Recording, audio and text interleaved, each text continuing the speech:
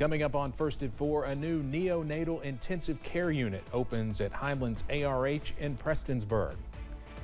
And officials in Letcher County are working to open a recovery hub to help those overcoming addictions. And we have temperatures in the 70s right now, but a warming trend is in the forecast. We'll talk about wind coming up in the First Alert forecast. Dedicated to Eastern and Southern Kentucky, this is WYMT Mountain News First at 4. Good afternoon, I'm Steve Huntley. First at 4, Appalachian Regional Healthcare brought an expanded NICU unit to Highlands ARH. WYMT's Buddy Forbes was in Prestonsburg for the official grand opening. Local and state leaders joined in Floyd County today celebrating a medical expansion they say is all about protecting the youngest and most vulnerable patients. The ribbon cutting brought out officials, healthcare workers, and community members celebrating the renovation of an expanded neonatal intensive care unit and program that is hoping to provide state-of-the-art care to babies and their parents. ARH is partnering with UK Healthcare to make sure families can stay home or return home quicker to a NICU that is able to provide for their specific needs. This is a level 2 NICU service that will be able to keep babies closer to home and moms closer to home, and it's just a wonderful day to celebrate this renovation and new program and service here. ARH officials say it really comes down to those partnerships and providing access to the best possible health care right here at home. In Floyd County, Buddy Forbes, WYMT Mountain News. We'll have more from that ribbon cutting, including a special announcement made by Governor Beshear's senior advisor, Rocky Adkins, coming up at 6. Microsoft and Google will offer free or discounted cybersecurity services to rural hospitals across the United States. Microsoft says it will provide free security updates for eligible rural hospitals and security assessments and training for hospital staff. Google will offer free cybersecurity advice to rural hospitals and start a pilot program to match the firm's cybersecurity services with the needs of rural hospitals. Rural community hospitals are among the most vulnerable to dangerous ransomware attacks because they often lack IT security resources and cybersecurity trained staff. A combined COVID-19 and flu shot could be coming. Moderna says its combination vaccine showed positive late-stage trial results. The company says people who got the vaccine, called mRNA 1083, had an improved immune response compared with those who got the standalone flu and COVID shots now available. In terms of safety, Moderna says the combined vaccine was well tolerated. The most common complaints were pain at the injection site, tiredness, muscle pain, and headaches. Other companies have also been testing a combined COVID flu vaccine, but Moderna is the first to announce positive late-stage trial results. Officials in Letcher County are working to create a center helping people in recovery. WYMT's RJ Johnson has more on that. Plans for a recovery hub here in Letcher County are ongoing as officials continue to build the facility. Help End Addiction for Life, also known as HEAL, is creating a center that will offer several resources for people in recovery. President Dr. Sydney Whitaker says several community partners are working together to help. So we decided to come together and make that a more seamless transition.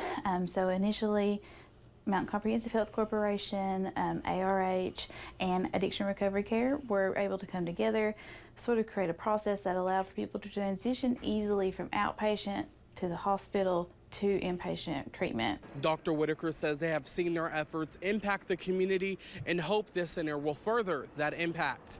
In Letcher County, RJ Johnson, WYMT Mountain News. Officials are aiming to have that center open by the end of July. We'll have more about the Recovery Hub tonight at 6. Well, we're seeing a mixture of sun and clouds out there at this time. Temperatures today, though, not bad. We're in the 70s. Here's a live look outside downtown Hazard at the WYMT studios. You can see the clouds starting to pick up across eastern Kentucky. Right now, we're seeing temperatures in the 70s, low 70s towards Jackson, as well as Prestonsburg, Pikeville. Checking in with 70, 76 in Manchester, 74 in London, then upper 70s from Somerset down to Monticello, Jacksboro.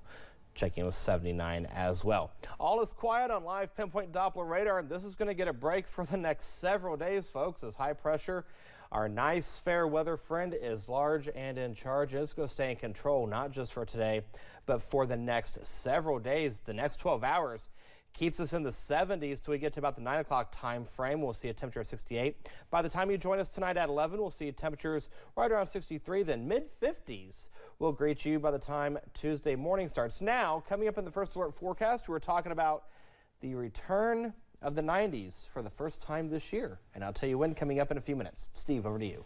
All right, well, you knew the heat would be here sooner or later. Thank you, Eric.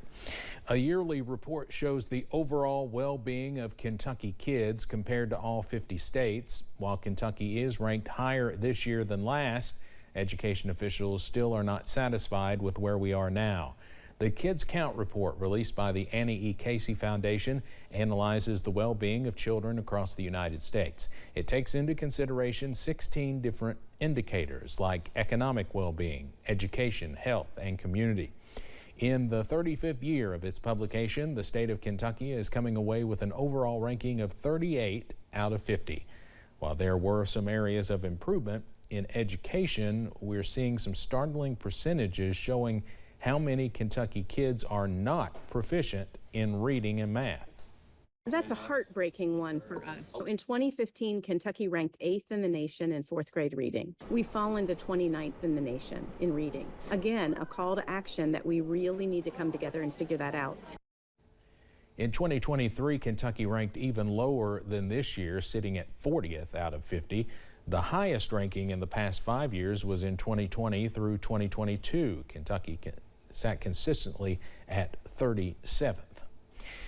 During the school year, students in schools across the Commonwealth receive free school breakfast and lunch. During the summer months, many schools do their part to provide a summer meal program. Both Hazard Independent Schools and Perry County Schools say they have a free summer lunch program in their districts. Perry County Schools nutritionist Alexis Martin says they want kids to have healthy food all summer long. We get a lot of local grown fruits and vegetables that we really love. I really love getting, so that's a really good thing. We get fresh watermelon, apples, all that throughout the summer, so the kids love, especially the watermelon, they love it. The program through Perry County Schools provides free breakfast and lunch to children up to 18 years old each weekday. Martin says adults with kids eating can also pick up food at a discounted price.